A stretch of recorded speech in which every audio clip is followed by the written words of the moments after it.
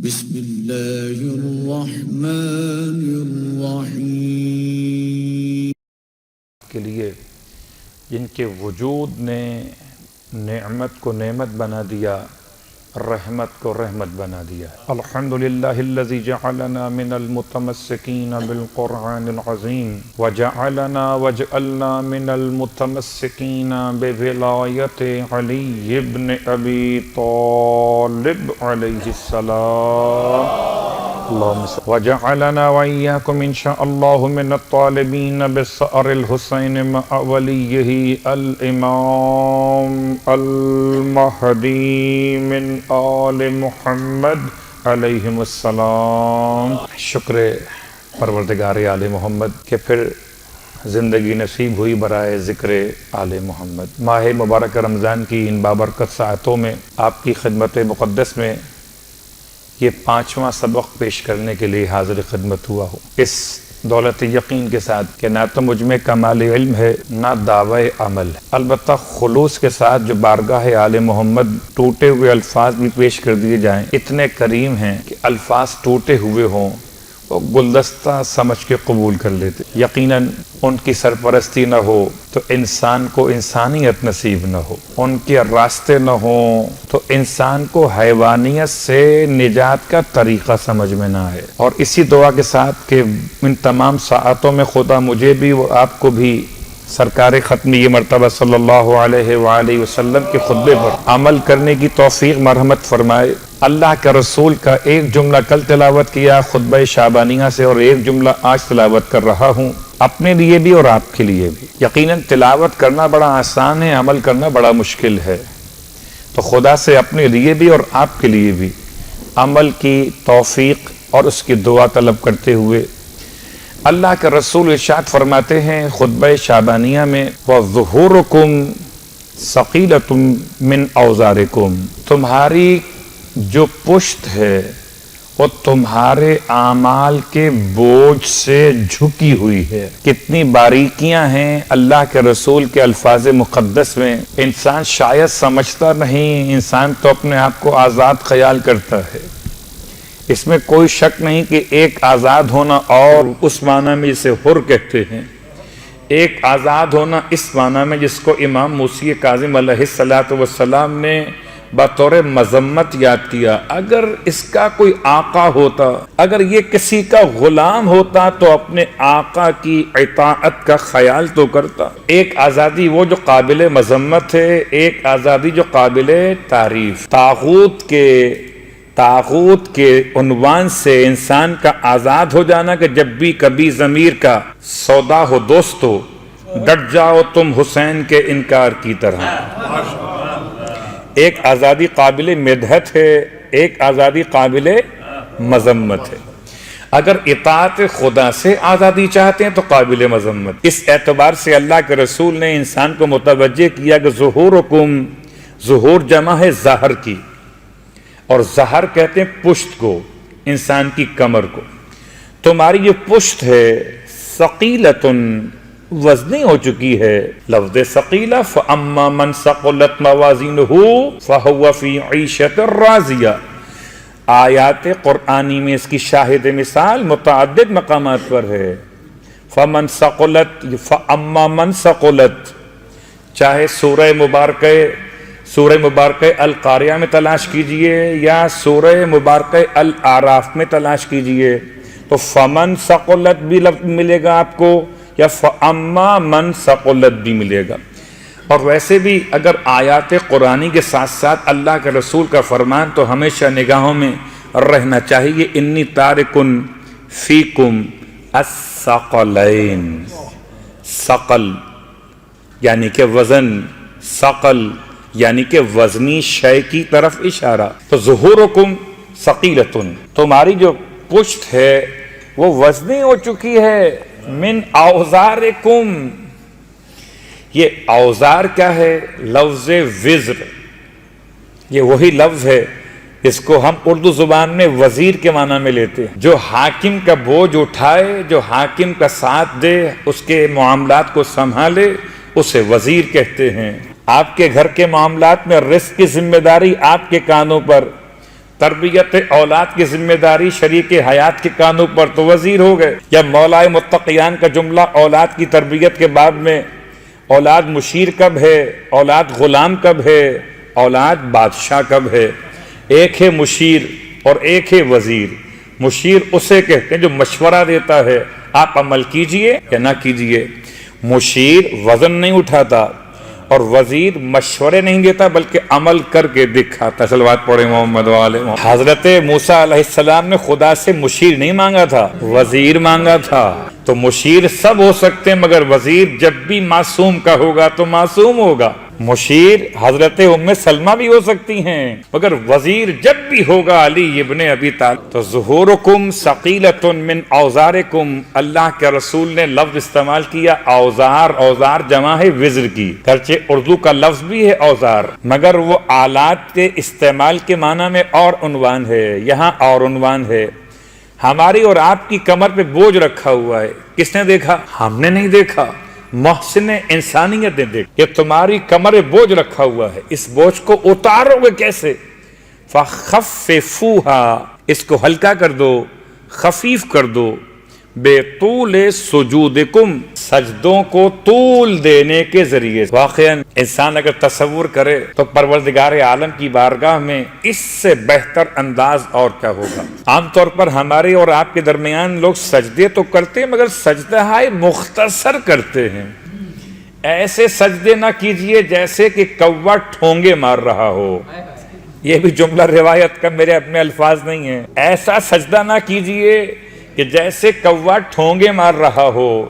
سجدہ ایسے کیجئے کہ اس خیال کے ساتھ کہ جتنا جھکو گے خدا اتنا اٹھائے گا. کسی شخص نے اللہ کے رسول کی بارگاہ میں کچھ باتیں بیان کی سوالات کی شکل میں.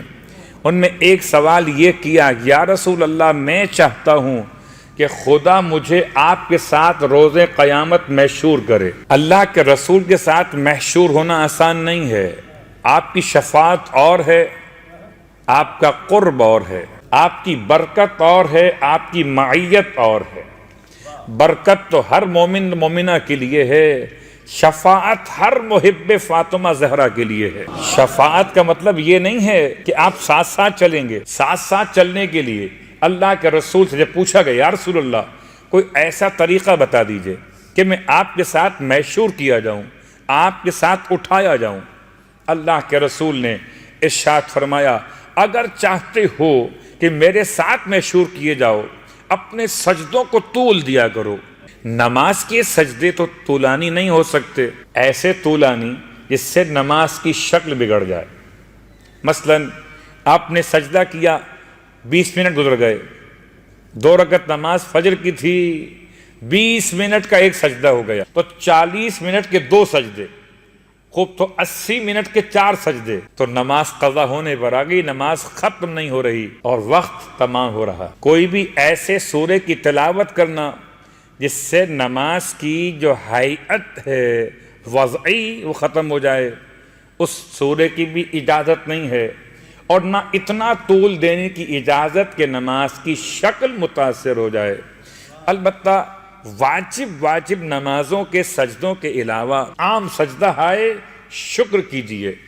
جیسے معصومین کا رویہ رہا. مولائے متقیان علی ابن ابی طالب علیہ السلام اتنے طولانی سجدے کرتے تھے، اتنے طولانی کہ حضرت سلمان پریشان ہو گئے اور آ کر بارگاہ شہزادی کونین میں عرض کرنے لگے کہ خدا خیر کرے، لگتا ہے کہ ابو الحسن کی روح پرواز نہ کر گئی ہو. کیا دیکھ کر آ گئے؟ کہ بہت دیر گزر گئی ہے سجدے میں، جسم بے حس و حرکت ہے. بڑے اطمینان سے شہزادی فرماتی ہیں ایسا تو ابو الحسن کے ساتھ اکثر ہو جاتا ہے. یا کربلا کے میدان میں جلتی ہوئی خاک پر سید سجاد کا سجدہ، یا قید خانے زندان شام میں جناب زینب کبریٰ کا سجدہ، یا قید خانے میں امام موسی کاظم کا سجدہ. حلیف السجدۃ الطویلہ. تو اس پورے ماہ مبارک میں نہیں، پورے سال میں کوشش کیجئے زیادہ سے زیادہ اپنے سجدہ شکر کو طول دیجئے. اس لیے کہ اللہ کے رسول نے 2 باتیں بتائیں مجھے اور آپ کو. پہلی بات کہ تمہارے نفس رکھے گئے ہیں گروی، ان کو آزاد کراؤ استغفار پڑھ کر، اور تمہاری کمر پہ بوجھ رکھا ہوا ہے اس کو ہلکا کرو سجدوں کو طول دیتے ہوئے۔ اب آئیے، جب سجدوں کے طول دیے جانے کی بات آئی تو ایک نماز آج کی شب کی مناسبت سے اور ایک نماز سرکار ختم یہ مرتبہ صلی اللہ علیہ وآلہ وسلم۔ ویسے تو ہر شب کی نماز مخصوص بیان کی اور اس کا طریقہ بھی اللہ کے رسول نے عنایت فرمایا۔ آج کی 2 رکعت نماز، شب پنجم 2 رکعت نماز، نیت اس شب کی نیت، طریقہ نماز کی ادائیگی کا کہ ہر رکعت میں الحمد کے بعد 50 مرتبہ سورہ توحید کی تلاوت، 50 مرتبہ سورہ توحید کی تلاوت، اور نماز مکمل ختم کرنے کے بعد 100 مرتبہ درود آل محمد کی تلاوت، اور اس کے بعد ایک دعائے مختصر ہے جسے ضیاء الصالحین میں درج کیا گیا، جو آپ کے یہاں دستیاب ہے اس مسجد کے اندر بھی۔ خیر بات بڑی آسان ہے، اب دل یہ چاہتا ہے کہ اس نماز کو اللہ کے رسول نے بیان کیا، لیکن سید ابن طاووس علیہ الرحمہ نے روایت کو نقل کیا اپنی دعاؤں کی کتاب میں۔ ایک شخص ہے جو بخدمت امام علی رضا علیہ السلام پہنچا ہے اور امام کی بارگاہ مقدس میں سوال کرتا ہے مولا سے، مولا مجھے نماز جعفر طیار کا طریقہ بتا دیجیے، نماز جعفر طیار کا طریقہ بتا دیجیے۔ سوال کس سے کر رہا ہے؟ امام سے۔ امام نے جواب دینا، کیا جواب دینا ہے کہ نماز جعفر طیار کیسے پڑھی جاتی ہے، مگر امام نے جواب دینے کے بجائے ایک توجہ کی انداز میں ایک تنبیہ کے طریقے پر آپ نے ارشاد فرمایا، تم آخر نماز رسول خدا کیوں نہیں پڑھتے؟ ارشاد فرماتے ہیں کیا اللہ کے رسول نے نماز جعفر طیار نہیں پڑھی تھی؟ اور کیا جعفر طیار نے رسول خدا کی نماز نہیں پڑھی تھی؟ ایسا کیسے ہو سکتا ہے؟ اصلاً جعفر طیار کی اپنی کوئی نماز نہیں ہے، یہ نماز بھی اللہ کے رسول نے عطا کی ہے، تو اس کا نام بھی نماز رسول خدا ہی ہے، تو جعفر طیار کو عطا کی گئی تو آپ کے نام سے منسوب ہو گئی۔ تو کیا نماز جعفر طیار جو تم پوچھ رہے ہو، کیا اس نماز کو پیغمبر نے نہ پڑھا ہوگا؟ کیسے ممکن ہے؟ جو ایک بچے کو میٹھا کھانے سے منع کرنے سے پہلے 2 دن خود میٹھا چھوڑ دیں اور پھر تلقین فرمائیں، وہ ایسی تلقین کسی نماز کی کیسے کر سکتے ہیں جو خود نہ پڑھ رہے ہوں؟ صلوات پڑھے محمد علیہ۔ اور حضرت جعفر طیار کا مقام اتنا بلند کیسے ممکن ہے کہ رسول خدا کی نماز انہوں نے نہ پڑھی ہو؟ یعنی 8ویں امام کے دور تک لوگ ایسے تھے کہ نماز جعفر طیار تو جانتے تھے، نماز رسول خدا نہیں جانتے تھے۔ 8ویں امام کے دور کی بات تو آج تو 12ویں امام کا دور ہے۔ اگر آج کوئی نماز جعفر طیار کو ڈھونڈ رہا ہو تو اس کے لیے یہ روایت واقعاً قابل توجہ ہے۔ کبھی زندگی میں، کبھی سال میں، کبھی مہینے میں، کبھی کوئی موقع ملے تو نماز رسول خدا پڑھیے۔ گرچہ یہ بہت مشہور نماز ہے، لیکن اس لیے بیان کر رہا ہوں کہ شاید اس مجلس کی برکت سے کوئی ایک مومن یا مومنہ اپنی پوری زندگی میں اب تک اگر نہ پڑھی ہو تو کم از کم 1 مرتبہ رسول خدا کی نماز پڑھ لے، اس کی نماز ہم سب کی شفاعت کا باعث بن جائے گی۔ کوئی طریقہ ہو پیغمبر کو یاد، صلوات پڑھے محمد والے۔ امام فرماتے ہیں جب راوی نے پوچھا مولا بتائیے اچھا وہ نماز کون سی ہے، وہ نماز رسول خدا کون سی ہے؟ آپ فرماتے ہیں 2 رکعت نماز ہے، یہ نماز 2 رکعت ہے، اور 2 رکعت نماز میں سورتوں کی پابندی نہیں ہے۔ الحمد کے بعد کوئی ایک سورہ پڑھ لیجئے، اس کے بعد حالت قیام میں 15 مرتبہ سورہ مبارکہ انا انزلنا، حالت رکوع میں 15 مرتبہ سورہ انا انزلنا، حالت رکوع سے اٹھنے کے بعد جب کھڑے ہو جاتے تو 15 مرتبہ سورہ انا انزلنا، پہلے سجدے میں 15، پہلے سجدے کے بعد 15، دوسرے سجدے میں 15 اور دوسرے سجدے کے بعد 15، ہر ایک مقام پر 7 مقامات میں سے 15 مرتبہ سورہ مبارکہ انا انزلنا کی تلاوت، رکعت اول میں بھی اور رکعت دوم میں بھی، یہ دونوں رکعت ملا کر نماز مکمل ہو جائے گی۔ نماز کا نام ہوگا رسول خدا کی نماز۔ ویسے تو میں حیران ہوں کہ کیا جملہ کہوں، میں نے کل بھی ایک بات کہی تھی، ہر نماز رسول خدا ہی تو ہے، وہ نماز کہاں سے لائی ہے جو رسول خدا کے علاوہ؟ صلوات پڑھے محمد والے۔ پھر وہی سوال آتا ہے کہ یہ بتائیں مولانا اس کے پڑھنے سے کیا ملے گا، اس کے پڑھنے سے ملے گا کیا؟ تو آئیے دو جملے استعمال کی روایت نے، دو باتیں اس نماز کی برکت کے طور پر ہیں۔ اس نماز کو پڑھ لینے والا اس کے اور خدا کے درمیان، اس نماز کو پڑھنے والے اور خدا کے درمیان کوئی گناہ باقی نہ رہے گا مگر یہ کہ خدا نے اسے بخش نہ دیا۔ کوئی گناہ خدا اور بندے کے درمیان باقی نہ رہے گا مگر خدا نے اسے معاف کر دیا ہو، اور جو وہ اللہ سے حاجت طلب کر رہا ہوگا پروردگار اس نماز کی برکت سے اس کی حاجتیں پوری فرمائے۔ اللہ اکبر۔ تو اگر انسان کبھی زندگی میں موقع ملے، کبھی انسان کی توجہ ہو، تو کم از کم نماز جعفر تیار تو بہت پڑھتے ہیں، کبھی نماز رسول خدا صلی اللہ علیہ وآلہ وسلم بھی پڑھ لی۔ نماز کی بات بھی آ چکی اور خطبہ شعبانیہ کا پیغام بھی آ چکا۔ اب آئیے ہم داخل ثواب ہو جائیں سورہ مبارکہ دہر کے اندر۔ سورہ مبارکہ دہر میں کل ہم اس مقام تک پہنچے تھے کہ جہاں صاحبان ایمان نہیں بلکہ صاحبان ولایت یعنی کہ انوار مقدسات آل محمد پروردگار کے ایسے مہمان ہوں گے جنت میں، اس انداز سے آپ کی خدمات ہو رہی ہوں گی کہ واقعاً ہاتھوں میں کاس لیے ہوئے، پیالے لیے ہوئے، گلاس لیے ہوئے ولدان اور غلمان جو ہوں گے وہ خدمت میں شربت پیش کر رہے ہوں گے، اور شربت یہ وہاں کے شربت کے اعتبار سے۔ اب خدا اپنی نعمت کی خود تعریف کر رہا ہے، ورنہ ایسا بہت کم ہے کہ خدا اپنی نعمت کی خود تعریف بیان کرے۔ وَإِذَا رَأَيْتَ، اتفاق سے آج تاریخ کون سی ہے؟ مئی کی 20۔ آیت نمبر کیا ہے؟ تو میری کوشش تھی کہ میں تاریخ کے ساتھ ساتھ آیتوں پر توجہ دلاتے ہوئے اپنے بات کو مکمل کر سکوں۔ وَإِذَا رَأَيْتَ، یہ رایتا کون ہے؟ یہ کون مخاطب ہے؟ خدا کس سے بات کر رہا ہے؟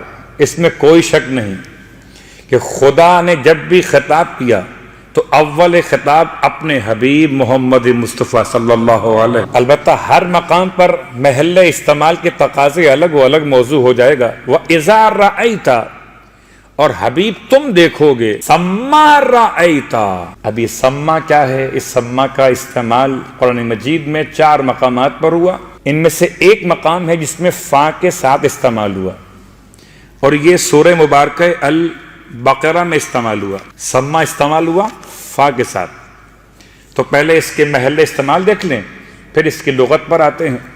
پہلے قرآن سے ذرا سا سیر حاصل بحث مکمل کر لیں کہ پروردگار نے سما کہاں استعمال کیا۔ وَلِلَّهِ الْمَشْرِقُ وَالْمَغْرِبُ، تفسیر قرآن کا درس آسان نہیں ہے، اور جب تک قرآن کو قرآن سے نہ سمجھیں تو لغت اور روایت سے سمجھنا اتنا آسان نہیں ہوتا۔ سورہ مبارکہ البقرہ آیت نمبر 115، وَلِلَّهِ الْمَشْرِقُ وَالْمَغْرِبُ، اور اللہ کے لیے ہی ہیں مشرق بھی اور مغرب بھی۔ فَأَيْنَمَا تُوَلُّوا فَثَمَّ وَجْهُ اللَّهِ إِنَّ اللَّهَ وَاسِعٌ عَلِيمٌ۔ تو یہ فَثَمَّ استعمال ہو، فا الگ ہے اور سما الگ ہے۔ ترجمہ کیا ہے اس کا؟ اللہ کے لیے مشرق بھی ہیں، اللہ کے لیے مغرب بھی ہیں۔ اینما تولو، تم جس طرف چاہو رخ موڑ لو۔ اس آیت کو پڑھا تھا سعید ابن جبیر نے اپنی شہادت کے موقع پر، میں پیش کر چکا ہوں، اشارہ کر رہا ہوں۔ جب آپ کے رخ کو خانہ کعبہ کی سمت سے ہٹایا گیا، کیونکہ آپ خانہ کعبہ کی سمت کے جب ذبح کیے جا رہے تھے تو آپ نے آیت پڑھنا شروع کر دی تھی۔ کون سی آیت؟ وجہت وجہی للذی فطر السماوات والارض۔ تو حجاج ملعون کہتا ہے کہ ان کے رخ کو موڑ دو کعبے کی سمت سے، تو کعبے سے مخالف کر دیا گیا آپ کے منہ کو۔ اللہ اکبر، آپ نے پھر آیت پڑھنا شروع کر دی۔ صرف فضہ ہی متکلمہ بالقرآن نہیں ہے، بلکہ آل محمد کے جتنے خالص ہیں سب قرآن کی طرح بات کرتے ہیں۔ جب غلاموں کا یہ حال ہو تو آقا قرآن کس طرح تلاوت کرتے ہوں۔ بہت سارے مقامات ہیں، اور ایک بہت مشہور و معروف مقام بہرحال حضرت سلیمان علیہ السلام کی دعا میں جناب داؤد کے فرزند اللہ سے مانگ رہے تھے، اللہ میاں ایسا ملک دے، ایسا ملک دے جو میرے علاوہ کسی اور کو نہ دیا ہو۔ اب یہ باتیں کل آئیں گی، ملک کیا ہے اور ملک کبیر کیا ہے، اور جنت میں جانے والے ایک چھوٹے سے مومن کی جو میراث ہے جو اس کی پراپرٹی ہے اس کا حدود اربع کیا. جب ایک مومن سمجھ میں آ جائے جنت میں جانے والا، پھر سمجھیے جنت کے مکانات بیچنے والا بہلول کیا ہے. اور جب بہلول سمجھ میں آ جائے تب سمجھیے بہلول کے آقا اور مولا. صلوات پڑھے محمد. اور یہ تو آسان ابحاث تھیں، اب ہم مشکل بحث میں آ جاتے ہیں. ہم کل بات کر رہے تھے رسالہ الحقوق سے متعلق نفس کی بحث کو امام معصوم نے جس طرح سے بیان کیا کہ انسان پر ایک حق اس کے نفس کا ہے. خوب، تو نفس کی اقسام کا بیان کی اور پہلی قسم پہ ہم چل رہے تھے نفس سے. اور نفس امارہ کا ایک مریض ہے، اس سے گھر والے اٹھا کے لائے مکۃ المکرمہ. کتاب کا حوالہ مجموعہ ورام میں جلد نمبر 2 صفحہ نمبر 4. یہ کون شخص ہے؟ محمد ابن شہاب ظاہری. 2 روایتیں الگ الگ. کتاب احسن المقال میں اس کا حوالہ ہے کہ یہ اپنے ہی علاقے میں یعنی پہاڑوں پر راہب ہو چکا تھا اور امام معصوم نے حج پر جاتے ہوئے راستے میں اس کی خبر سنی. البتہ مجموعہ ورام کے اعتبار سے اس کو اٹھا کے لایا گیا مکۃ المکرمہ. کون؟ محمد ابن شہاب. کون سے امام کا دور؟ امام سید سجاد علیہ السلام کا دور. یقیناً مکۃ المکرمہ میں بہت سارے واقعات پیش آئے ہیں. کتنے افراد کی دعائیں قبول ہوئی ہیں، کتنے افراد کے مسئلے معصومین نے حل فرمائے، چاہے وہ جمال ملون ہو، چاہے وہ باپ کا نافرمان ہو جو ہو چکا ہو مشلول، چاہے وہ شخص ہو کہ جسے اٹھا کے لایا گیا مکۃ المکرمہ بالکل نفسیاتی مریض ہو چکا ہے، نہ کسی سے بات کرتا ہے، نہ کسی کو سوال کا جواب دیتا ہے، بال بڑے کر دیے ہیں، سنوارتا نہیں ہے، چہرے کو صاف نہیں رکھتا. اور آپ جب طواف کر رہے تھے میرے چوتھے امام، تو طواف کے بعد امام کی خدمت میں اس مریض کا احوال بیان کیا. کہتے ہیں اس لیے مکے لے کر آئے مولا اس کو، سے گھر والے کی شاید مکے میں ازدحام دیکھ کر اس کا دل ذرا سا لگ جائے، کچھ بولنا شروع کرے. امام اس کے قریب آئے. نفس کا مسئلہ بہت سخت ہے. نفس کی پہچان کے بارے میں جو باتیں کل بیان کی واقعاً بہت مشکل ہے. اتنا مشکل کہ پروردگار نے 11 قسمیں کھا کر نفس کو بیان کیا. وَنَفْسٍ وَمَا سَوَّاهَا، اور خدا نے اپنے آپ کو ما سواہا، نفس کو مستوی کرنے والا خالق کہا. اور اسی نفس کی منزل کو اب ایک استعمال ہم کہتے ہیں لفظ نفسیاتی ہو گئے ہیں. یہ مومن جو ہیں یہ نفسیاتی ہو گئے ہیں. خوب نفسیاتی ہوتا کیا ہے؟ ابھی تو خیر میں پوری بحث نہیں کر پاؤں گا کہ بہرحال نفسیات ایک باقاعدہ الگ سے علم بھی.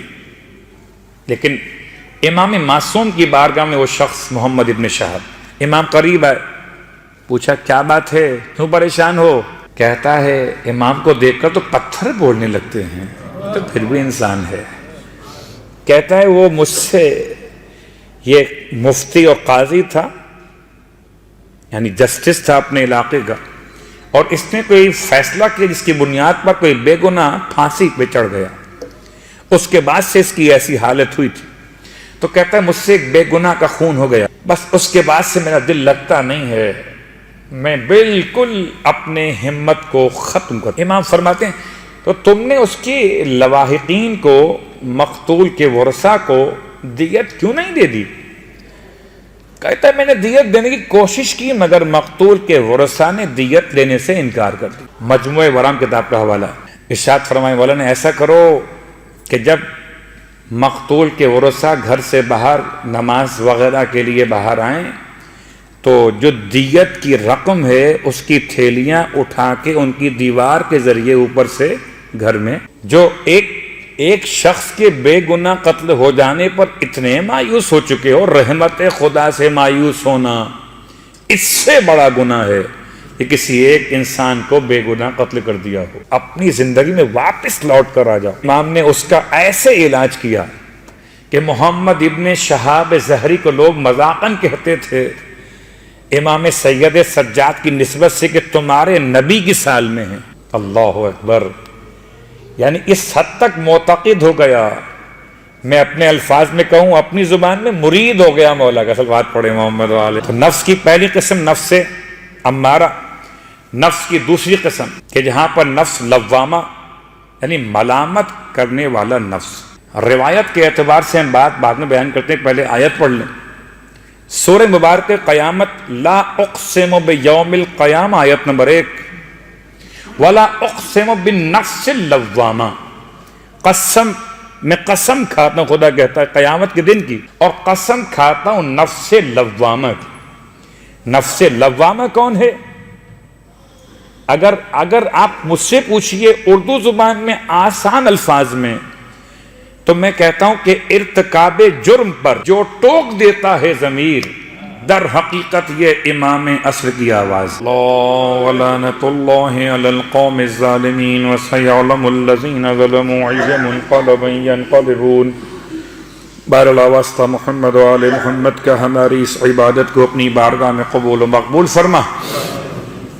بہرحال واسطہ محمد و آل محمد کا پروردگار، یتیم حسین کا واسطہ، امام جواد کے وقت رخصت امام رضا کا واسطہ، پروردگار تمام مانگنے والوں کی مرادیں پوری فرما۔